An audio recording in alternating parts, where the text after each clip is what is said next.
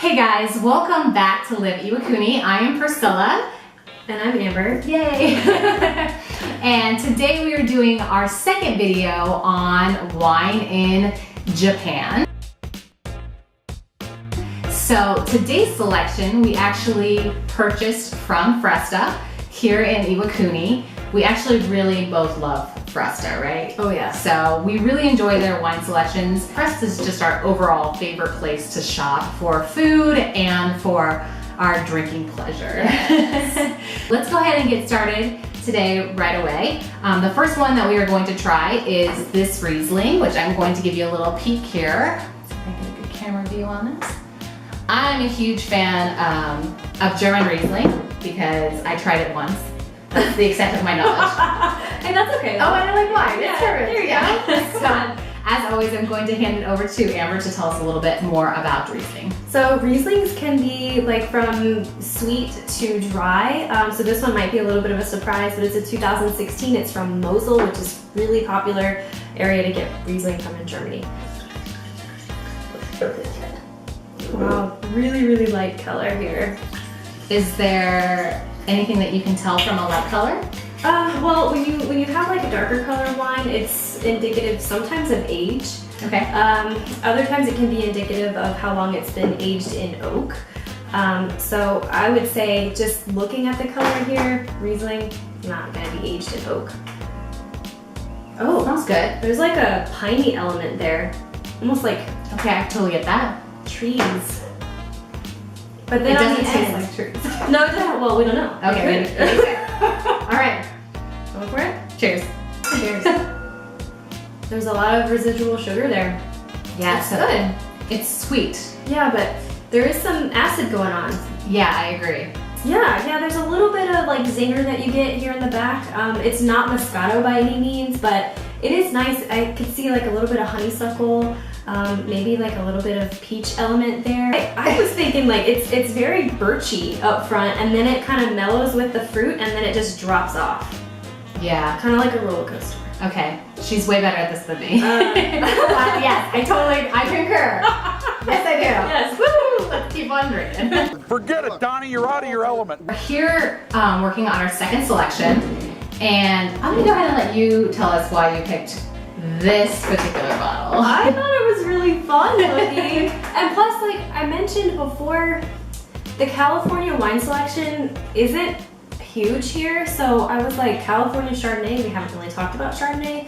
Why not try it? So this is actually a Chardonnay blend. Yes. So we have Viognier, mostly Chardonnay, Marsanne, a couple other goodies hiding in there. So why not? People like Chardonnay. Ooh, the color's totally different than the other one. Yes. A lot more yellow hay kind of thing going on here. Do a little bit close up on this one here. Ooh, do they see the bottle? And it's really awesome. We actually corked this before we started filming, but it actually has a really cool skull on the front. Yeah. So I feel super edgy right now with I know, right? with my Chardonnay blend.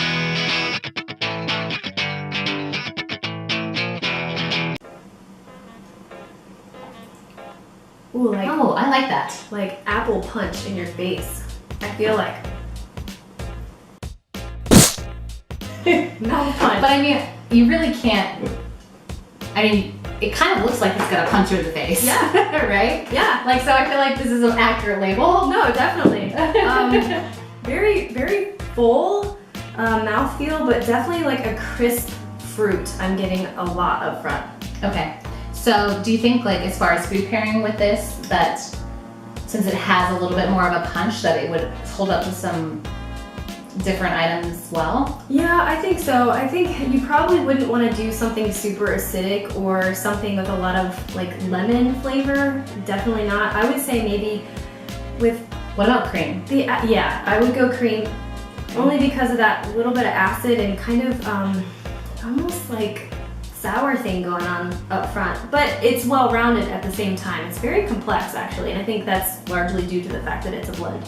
If I was looking for a Chardonnay, Yeah. I think that this is really good.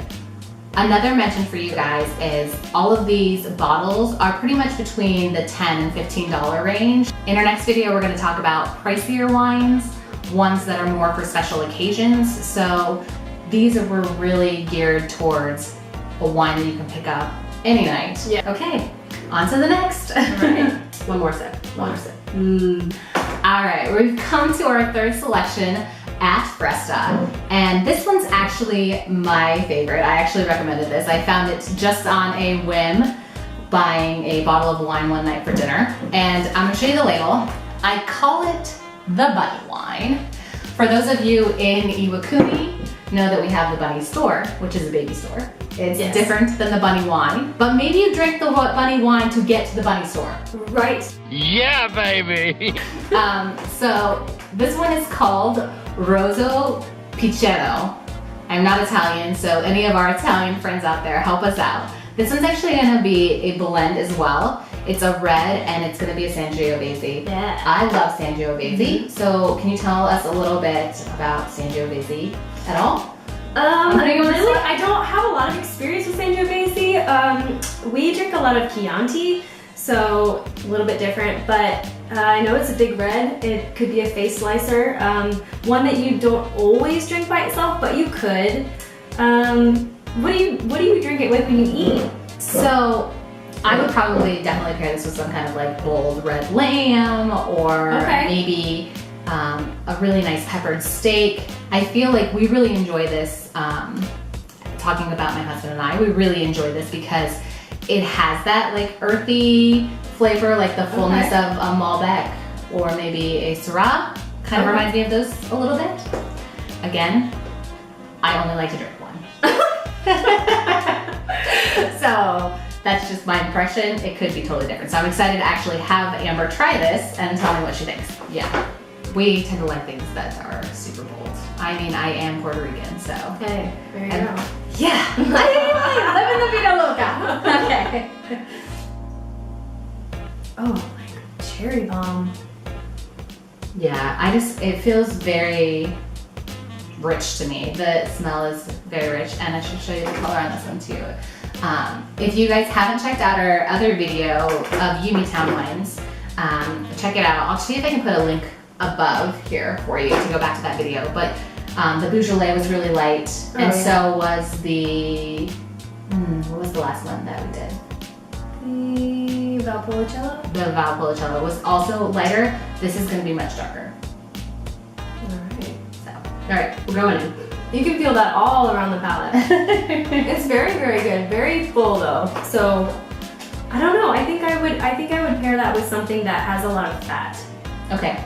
You know, like I could see it with lamb. I could see it with let's see, maybe like a really fatty beef cut. Like almost like maybe a short rib. Yeah, I could see that. That's short rib. Yeah. Yeah. And the bunny wine. Oh, I finally had it. This is like probably my second Sangiovese, so this is exciting. Yeah. I just think too, I don't know if you felt this, but I feel like even though it's really bold, it's also very smooth. Like I feel like sometimes you get that bite at the back end of some of your wines, and I feel like, I don't know, we drink this alone or with food. So nice. I don't know. You can. I mean, you really, the whole name of the game is that you can do whatever you want with wine. There are like rules and regulations only set in place by people that I think have done it a lot, and they've found that, oh, this one goes with this food. But it doesn't always mean that you can't try to drink something by itself or to try it with something you never thought of as well. Yeah. So, and you never know. I feel like too, just like with anything, even with food, it's very subjective to who is trying that particular food. Some people love spice, some like it very mild, some really like fresh fish, some really love just meat and potatoes. So I feel like the nice thing about all of the wines that I think that we've selected is most of them can be very, very just randomly drank, or they can be paired nicely with a food item. So I feel like you can just explore and definitely. And that's the fun part of it, like picking up a bottle and seeing what works. And I would recommend trying it by itself just to kind of like break even, kind of get on a nice playing field, and then start incorporating your food. One thing that they taught us when I was in Buffalo taking a test was basically that you want to like either mimic the flavors or do something that's opposite. So like if you have salty and sweet you can kind of do that. Or like, for instance, if you have a salty-ish wine, like a Suave or something like that, you could have seafood and it would marry well. If that makes sense. That's largely why people have sweet dessert wines with chocolate and cake, because it works. So that's kind of the name of the game. If it's acidic, you don't want anything super salty or sour, because that'll fight it. But yeah, it's like a science and an art. Yes, I love it. That's probably why I enjoy drinking wine. Me too. And filming with my friend Amber here, who is always giving me new information and things to think about. So thank you again for coming. Yes, we are going to do one more wine video, so stay tuned for that. Again, we're going to be talking about different wines that you can pair for special occasions. So these will be a little bit higher priced wines that you can definitely buy here in Iwakuni for those really special occasions, Valentine's Days, anniversaries, all that jazz. As always, thank you so much for joining us on this episode of Live Iwakuni. We hope you are all out there enjoying your journey. Till next time, cheers. Cheers.